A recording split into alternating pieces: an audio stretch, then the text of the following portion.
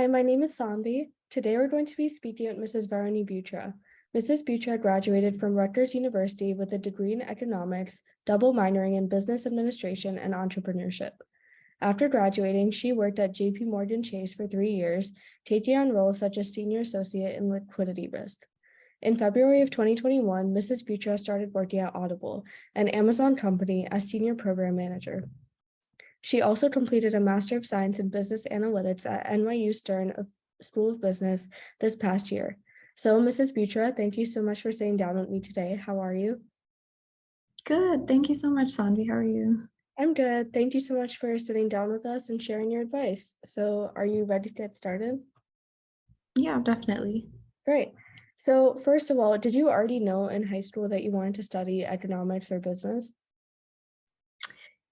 Absolutely not. I think I was very unsure what I wanted to do in high school. Mhm. And I think it just comes with when you have a lot of interests. Like I had like a lot of creative extracurriculars, a lot of science based extracurriculars, and then business and leadership based extracurriculars. So I feel it always makes it harder when you have your interest in so many different directions and you have to pick like one path for your major. Mhm. So, how many years into your undergrad did you decide that you wanted to do business? I would say it took me till my second year of college to decide. Mhm. So my freshman year of college, I remember taking a couple science classes, a couple economic classes, some business based classes as well, to kind of see like what really resonated with me. And also just being at, I went to a large school at Rutgers, like you had the resources. To kind of meet with people from different departments and kind of see like, can I see myself in your shoes in a few years in the professional world? Mhm. So that kind of helped me narrow it down. Got it. So going off of that, what made you decide to go to Rutgers and what were your other options?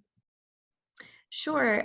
So I was actually deciding between like a pharmacy school I had gotten accepted to, the Rutgers Business School, and I think a couple others. Like one was I think for engineering, like a program, and like a couple other business Mhm. um, based ones. So, couple things. One with I was unsure what I wanted to do at the time. So, one of the advice I was given at the time was like go to a school where they offer enough of different programs. So once you do finally decide like, okay, this is what I want to study, I want to make sure that the school would actually have like a very well ranked program. So for Mhm. example, if I'm right, what if I'm right now I'm in like engineering, but I decided I wanted to do business, but there's no business school at my college, then you'd have to transfer if it's not like a very like well ranked program. So because of that, that's kind of like what I picked, and just naturally having, I think it was like a 40,000 student population at the time. I think it's like more now. Mhm. For undergrad, you naturally have a lot of great candidates for a lot of different programs. And then also this being a state school, they have the funding to kind of give their ranking. And then the last thing why I chose Rutgers was because I wanted the proximity to New York City. Okay. What I learned through like my internships actually is a lot of like great school friends who I had in great schools, but they were kind of like away from the Northeast coast or the West Coast. The schools didn't really have like that hands reach connections like with banks, with other like renowned business pharmaceutical companies. And that's like one of the things that Rutgers was really great at. They had like alumni programs embedded in each of these universities, and people actively coming on campus to talk to us and like interview for roles. So those are like a couple of reasons. So resources, wide variety of programs that are well ranked, and then also proximity to where I at that time saw myself working. Mhm. Got it. So, going off of that, did you like your experience at Rutgers and what kind of extracurriculars were you involved in? Yeah, I did love the experience I had at Rutgers. It's cool because you get the big school experience and then also the small school Mhm. experience because you find your little clubs, your programs, your academics, things like that. So a couple things. One, I did the Rutgers Public Speaking Organization. So it was just like something I was involved in high school, and it just seemed like a great fit when it was like such a big school and I didn't know like what to involve myself with. So we actually got to go and like compete at like these like state and like national competitions. I think one of them was at a university in Florida. So like the school would like fly you, and but it was like a really cool Mhm. experience. I also was part of the Rutgers Performing Dance Company, which was like an amazing experience. It was like my creative outlet while I was taking very like math and like businessy based courses during the day. Mhm. And like just meet really great people through it as well. Oh, that's great. So along with these extracurriculars and clubs, did you do any internships throughout college? Yes, I would say the internship kind of like got my foot in the door and kickstarted my career. Mhm. So I'm very thankful for my internship I did at Bank of New York Mellon, or like BNY Mellon. So I Mhm. was in their summer analyst program when I was a junior in college. So it's kind of like the summer analyst program is very similar to all banks. So let's say you have like 40 or 100, however many interns you bring in, and they kind of like divide you up into different divisions of banking based on how you interviewed, et cetera. And one, it's a great brand. So you being qualified to go to any of the banking industry, like well-known companies, like you had a reputation backing you, like this company saw like what like my academics, like what I had to offer and whatever, like go through the internship process. Mhm. And I felt that that gave me a credibility and also an opportunity to prove to myself like what I could do and like push myself beyond like what I thought was capable. Mhm. So that was kind of like my internship experience at BNY Mellon. Got it. And then after college, how did you like working at JP Morgan and what kind of roles did you have? Sure. Yeah, my time at JP Morgan was kind of exciting. So I started off in a very like, data heavy role. So it was called finance risk data operations. Okay. And though like one sentence summary is every day our data had to be correct by 5 p.m. Mm. Through a huge data lake, data warehouse processing um, daily cycle. So Okay. we would, yeah. So it was very exciting because every day we mapped these like technical and like business challenges, and it was kind of cool like bringing the two worlds together because I had to take like this very like technically heavy process Mhm. and highlight it to the regulators saying like and like to our senior leaders saying like this is what our data looks like today and these are the issues, which is why you'll see defects in a trend. So it was a lot of like finding defects and trends and being able to articulate that really well.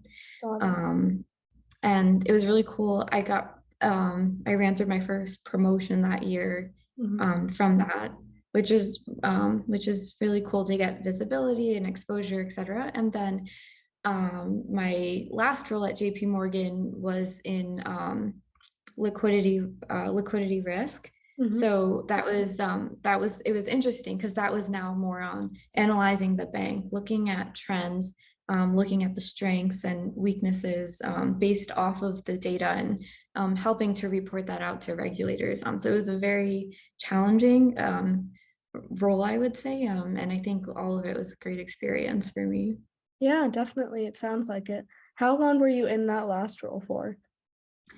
I would say about a year. So it was all of it was within liquidity risk. I was at JP Morgan for about 4 years. So the first 3 years I was in finance risk, and then the last year I had transitioned more into like liquidity risk.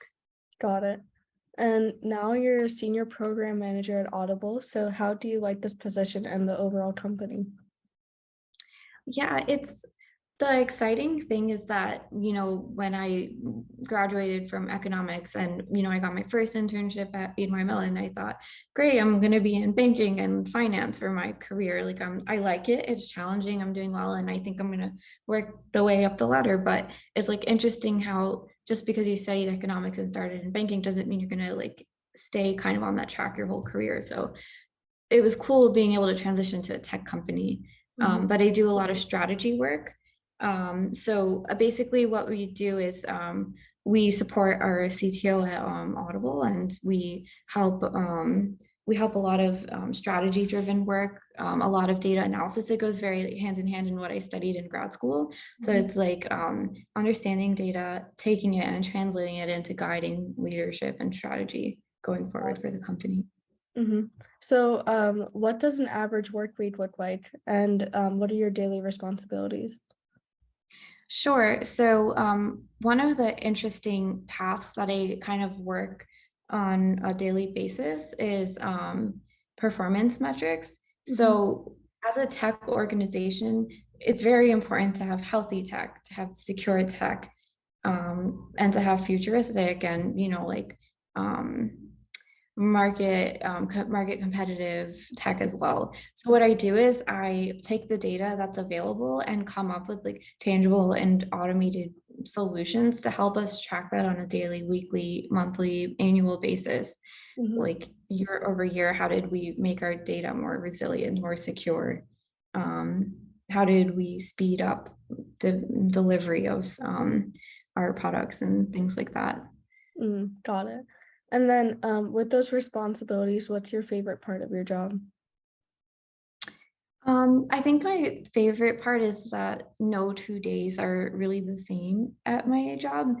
Um, and like Amazon being a leading tech company in the industry, I would say there's constant competition and pressure to always do better, always perform like at a level, as like to the best of our quality and ability. So Mhm. I feel with that, really interesting questions come our way from leadership when they would like look at some reports that we'll put together, and they'll challenge us, and we get to like go back and research and like work with like a completely new department.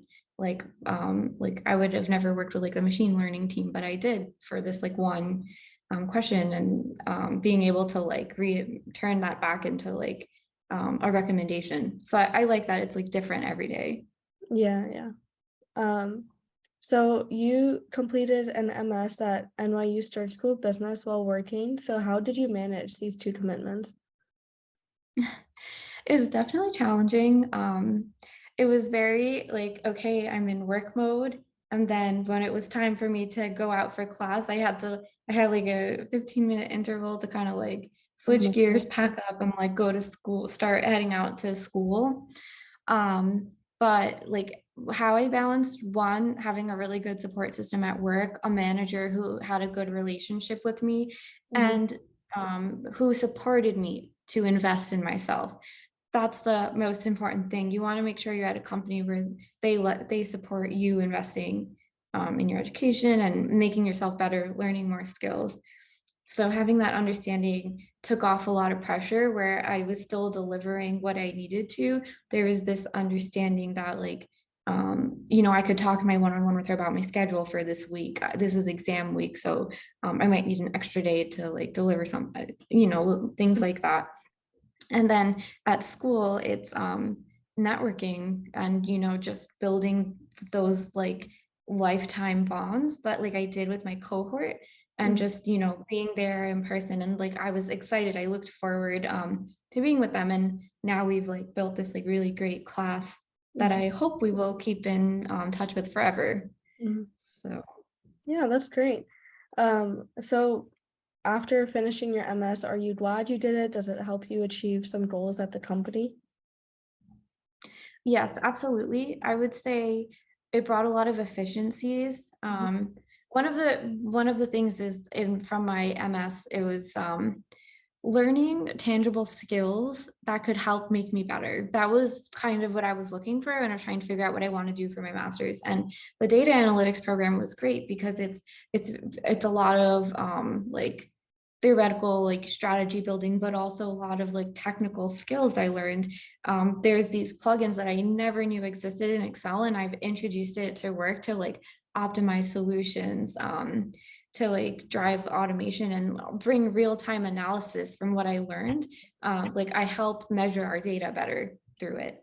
Mm, And the management, like they see that, they see those enhancements. And there's some skills that I learned that I completely don't use yet, but my manager is interested, like, tell me what you learned, and if we can connect you to someone at Audible who does it, let's do that. Like maybe you'll want to like work on that team next, or maybe you can work together to build something for us.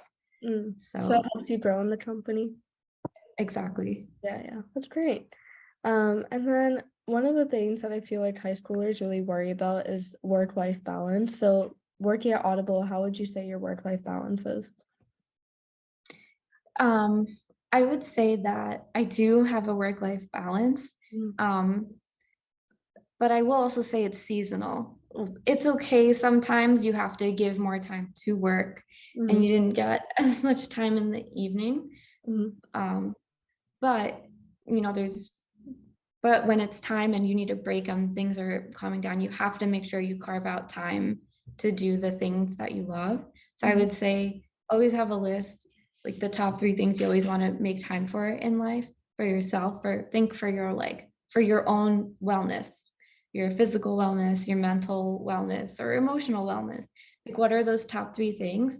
And make sure you carve out time, even if it means like blocking time in your work calendar from mhm, like 5 to 8. This is time for like my wellness. And like make sure you do give that. While it's not going to be perfect all year round, mhm. the weeks where things are a little calmer, you should make sure to do that. Yeah, that's really good advice.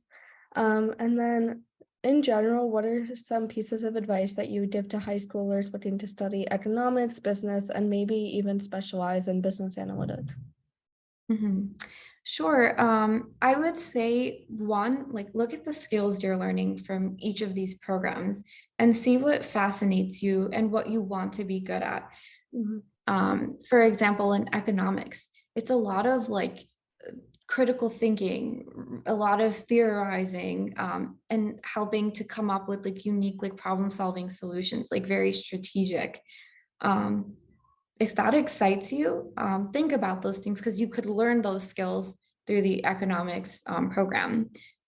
Through business, if you feel you naturally are a leader, which we all, yes, like you can naturally be a leader, but we all always have work we can do to always become better leaders, even if you're like shy at first or you're not sure if you could be a leader. So mhm, take those business classes, learn what does it mean to be a leader, whether it's in finance, whether it's in accounting, whether it's in what supply chain, marketing, whatever the business major is. mhm, And then for business analytics, are you data? I would say data does drive everything for most companies these days. So I always recommend to everyone like take a few classes to learn at least the basics. I'm not saying to become a data scientist, but always learn the basics of like the few theories, trends, and like data analysis techniques. mm. Yeah, that makes sense. So do you think it's beneficial for everyone to start doing analytics classes in undergrad, or do you think after college and maybe some kind of graduate school that would be better? I would say that there are some books that you could read first, Okay. see if it interests you. And I think they're very well written, and I can share them with you, if anyone ever asks for them. And I think that's like a great introductory way. Yes, if you're sure, there are data science driven undergraduate majors that I think are phenomenal, and you can get internships where you apply it in real time at these large tech companies. Mhm, Um, but yeah, in terms of three pieces of advice, like think about the skills that excite you would be one. Um, the second would be it's okay if you don't know what you want to do, but mhm, you just look to challenge yourself. And as you challenge yourself, like hopefully it's like it was challenging but exciting. I might want to do this. It was like it was challenging, I got through it, and I never want to do it again. mhm, And like have all the choices on the table and try to one by one take it away. That would be my second advice. And the third is like I said before, like um the third is there's no one path to get where you want to go. It's not like, okay, I want to work in tech, so I have to study computer science. I have to do an internship at a tech company, and then now I work at the tech company. mhm, Same with banking, same with any industry, same with medicine, same with pharmacy. So just remember that like everybody kind of finds their own way, and like all these experiences guide you in and out of different industries. So expose yourself to them and don't feel like I'm behind because I didn't decide my first year and now I didn't do a tech major. It's nothing like that at all. There's like a million different ways to get to a successful career path. So just always keep that in mind. Yeah, that makes a lot of sense. Well, that's it. Thank you so much for all of your advice. It was really, really helpful, and especially for high schoolers, because I feel like everyone's kind of struggling to decide their career and their path. So, yeah. Do you have any other thoughts to share? No, I wish you luck as well with all of your upcoming milestones. Oh, thank you.